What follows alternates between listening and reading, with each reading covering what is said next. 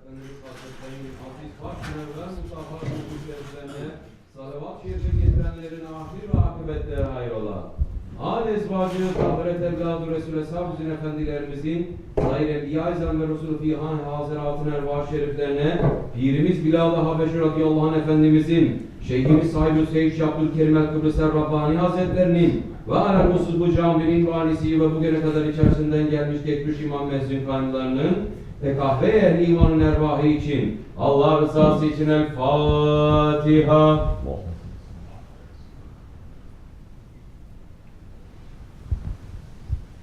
Euzubillahimineşşeytanirracim. Bismillahirrahmanirrahim. İnnallâhe ve melâiketehu yusallûne alen-nebî.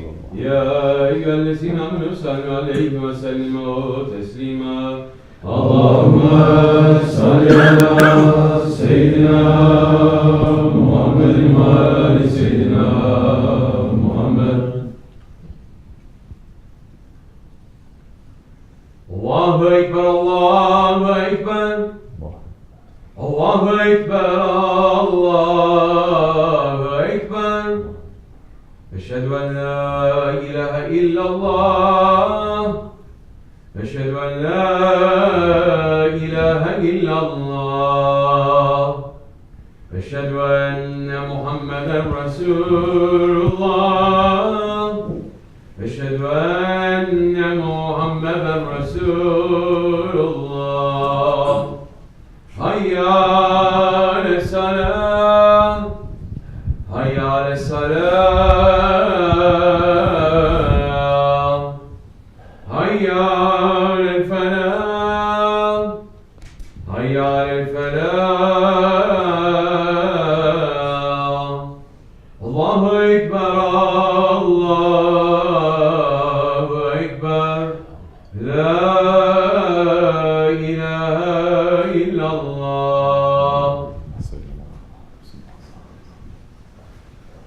Elhamdülillah, elhamdülillah, elhamdülillahi Rabbil alemin. Ve salatu ve selamu ala Resulina Muhammedin ve ala alihi ve sahbihi ecmain.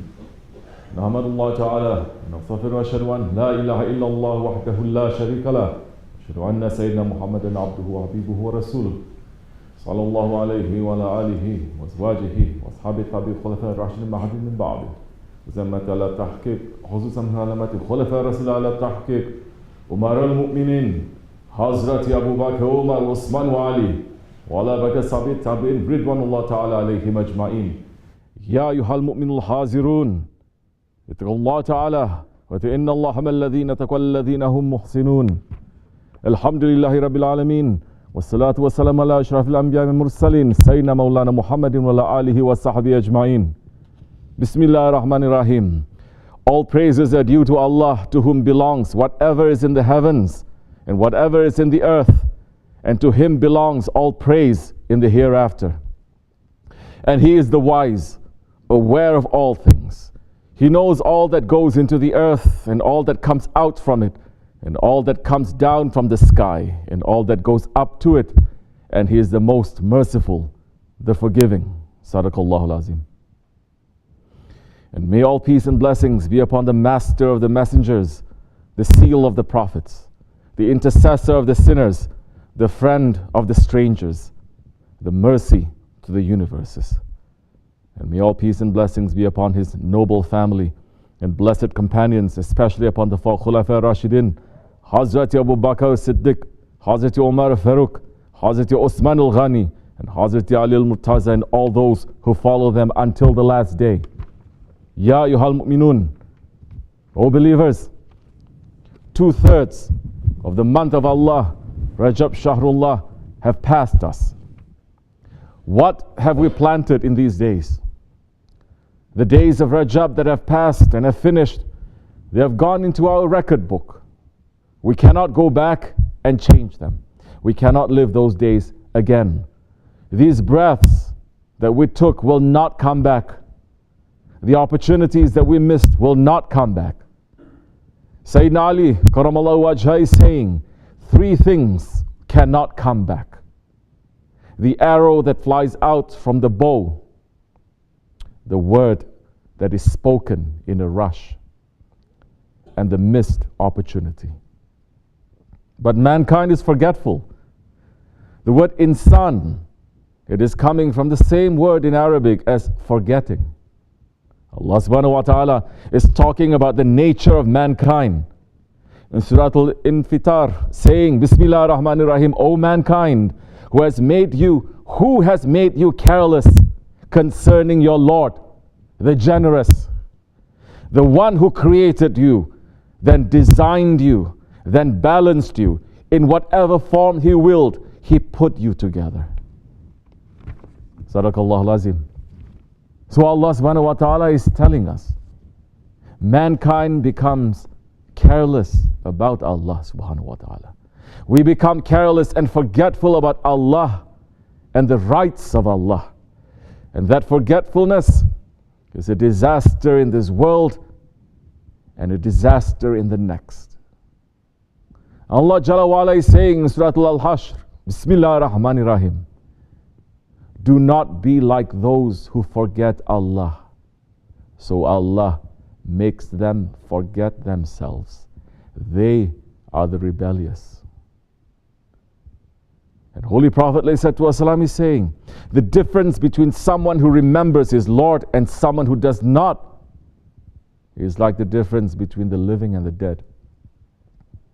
There are so many who look alive in this world today, but the reality is they are dead, walking above the ground. The heart is dead, the spirit is dead. They have forgotten themselves. The opposite of those people, the opposite of that state of forgetfulness, of ghaflat, it is being in a state of remembrance, being in the state of zikr. The only ones who are truly alive are the ones who are making zikr, the ahli zikr. And Allah subhanahu wa ta'ala is ordering us to be with them, saying in Surah Al-Nahl, Bismillah ar-Rahman ar-Rahim, ask the ahli zikr, the people of remembrance, if you do not know. Sadaqallahu al-Azim. The people of remembrance are the friends of Allah. They are the ones who do not forget their Lord. And for that reason, they are alive. Because Allah subhanahu wa ta'ala is remembering them in every instant. Being with them reminds you of Allah, reminds you of the Holy Prophet ﷺ, and reminds you of what your duty is in this life. They are the best of people. Holy Prophet ﷺ said, the best of you are those who, when they are seen, Allah is remembered. We are in need of these best of people. The whole world needs them, because they are the only ones who will guide us back to the Siratul Mustaqim.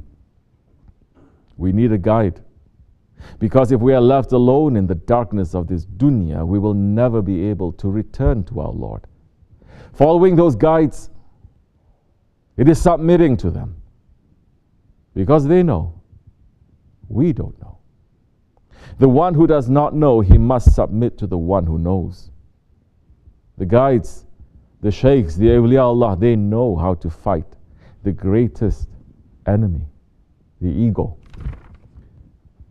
SahibulSaif, Shaykh Abdulkerim al-Kibrisi Rabbani Kadallah Sir, he is saying, for sure, the man knows that the ego is pulling me to the wrong direction. And what my ego wants, I must do otherwise. And then the man looks, because the man does not know what is coming from the ego and what is coming from his Lord.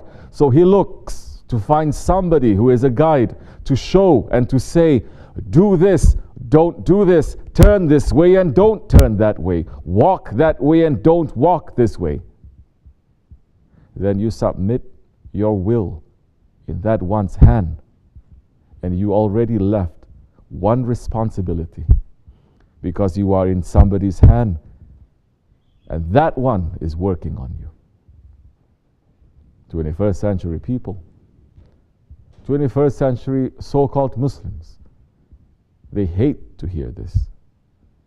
Because 21st century people believe that they are lords, and they are not dependent on anyone. They don't want to submit even to hear the idea that they should submit to someone.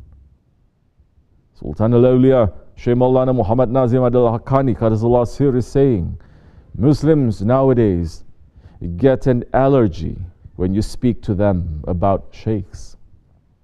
They start to tremble. Their egos cannot accept it because they have already made their own ego into their idol. They are so foolish and ignorant. They do not look at the life of the Prophet and his companions. If it was enough with a book alone, Allah Almighty could have sent papers down on people telling them how to administer their life. But that is not what Allah Almighty did. He sent His book to His Prophet. And His Prophet taught them on how to practice. All this means that it is not enough to read the Holy Quran. You cannot understand this. But new Muslims are denying all this. They are so ignorant and foolish. Allah Almighty sent the Archangel Jibreel to His praised one, to Sayyidina Muhammad ﷺ. And the angel said to him, Ya Muhammad ﷺ, look at me. I am making wudu. He then stood in front of the Prophet ﷺ and prayed 2 rakats, and the Prophet followed his example. If the Prophet hadn't showed us, how would we have known how to pray? Had the explanations in the Holy Quran or in the Hadith, are they enough? Can anyone claim such a thing? If the companions had to follow someone, how can it be possible that we in our time should leave the Muslims without a trainer to teach them?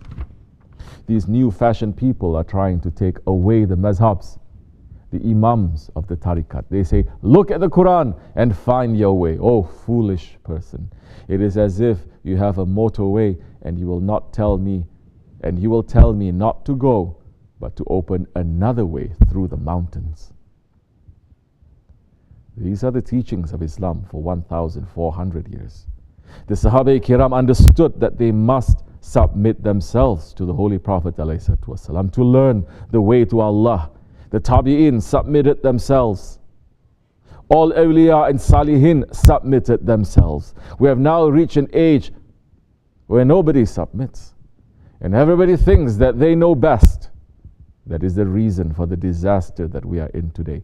Tariqat, training, submission, it is for every person at every level. That arrogance, it is the inheritance of shaitan. Because shaitan's rebellion to Allah subhanahu wa ta'ala, in reality, it came from not accepting Adam alayhi salam as his guide. Shaitan had worshipped for thousands of years. He had done work for Allah subhanahu wa ta'ala. He had taught some of the angels even. And when a new creature, Adam alayhi salam, was created,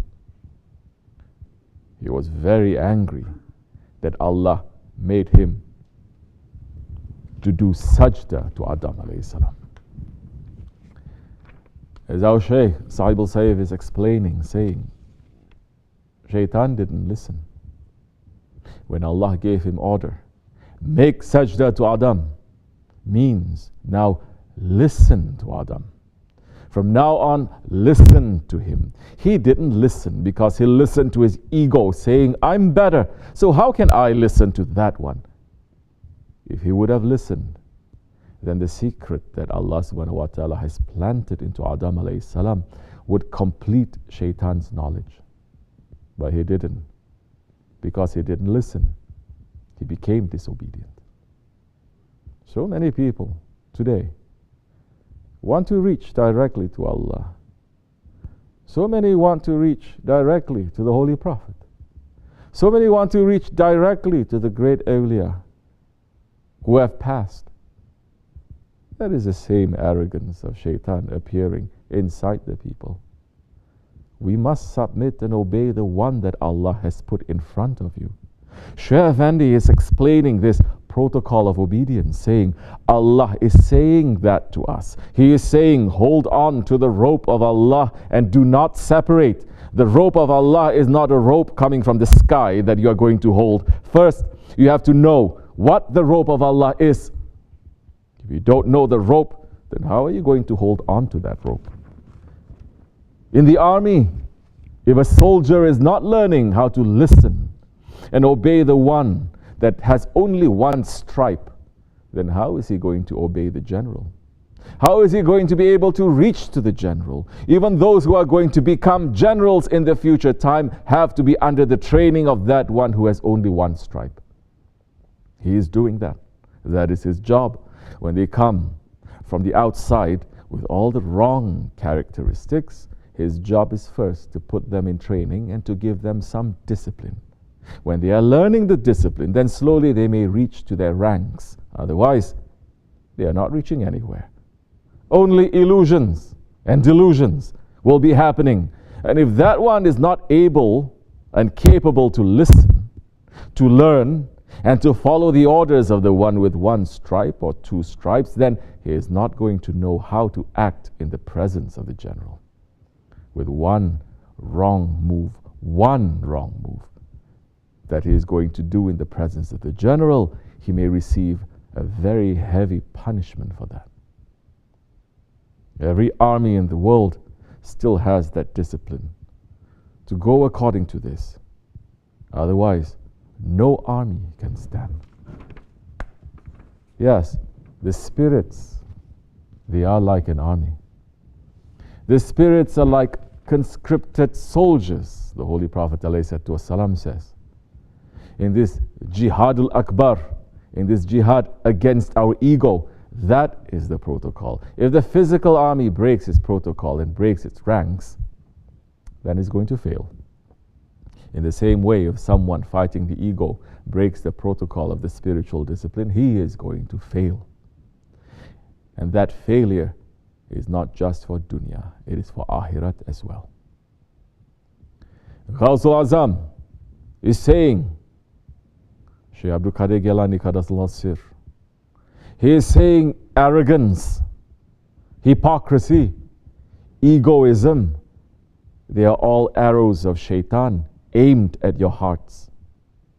One should develop a strategy to defend oneself from this attack. The correct strategies are explained and demonstrated by the sheikhs. You should listen to their commands and act on them. They will guide you on the path of Allah, since they have already traveled on that path. Ask their advice on matters relating to the nafs, desires and other weaknesses, because they have also suffered their effects and are well aware of the dangers and the harms of evil desires. They have battled these over a long period of time, and they can confront, they can control, and they can defeat them. So spiritual discipline is not something that is just free and it is in the air. No. Spiritual discipline, learning to submit, it is the highest work. The Sufism of today that says everything is about love, leave the law, leave the commands, just love, it has nothing to do with the real tasawwuf of the friends of Allah. The tasawwuf of the friends of Allah, it is to bring people to the level of complete finishing because of that love. There is ashq. And to be in that level of finishing themselves, they say, Sami'na wa ta'na. We hear and we obey. Just like the Sahaba Kiram. Shaykh Maulana is saying, you will be trained. Your life should be based on organization and order. You cannot do whatever you want. The ones who do that are in the jungle. It is said, be like a soldier. Why? Military service breaks the dryness of the ego. It is training. What does it teach? As you command, my captain. What nice manners. That is manners. That is real adab. And the one who is seeking, he must have that adab with his guide. Grand Shaykh Abdullah Dagestani Qaddasallahu Sir is saying, the murid has to accept that his Shaykh is 70 degrees ahead of him in all respects. He has to believe that if I know one thing, my Shaykh knows 70 times more. If not, he cannot receive any benefit. He makes no progress. If he doesn't surrender, it is useless. It means it is useless. Islam is surrender. Islam is submission. That surrender and submission, it will bring a man to a state of Islam, to a state of peace. And Allah subhanahu wa ta'ala is talking about that state of peace, saying, Bismillah ar-Rahman ar-Rahim, O you soul at peace, return to your Lord, well pleased and pleasing to Him. Enter among my righteous servants and enter into my paradise. Sadaqallahu al-Azim. Our hope, our maqsud, it is to hear that call from our Lord. Ya Rabbi, in this holy month of Rajab, we are asking your forgiveness and your mercy. We're asking you to keep us with the guides and to let us to submit to them and to follow them. We're asking you to keep us with those that they are pleased with you and you are pleased with them. We are asking for your pleasure. Ameen. Astaghfirullah. Astaghfirullah. Astaghfirullah. La ilaha illa huwa al-hayyul qayyum wa atubu ilayh.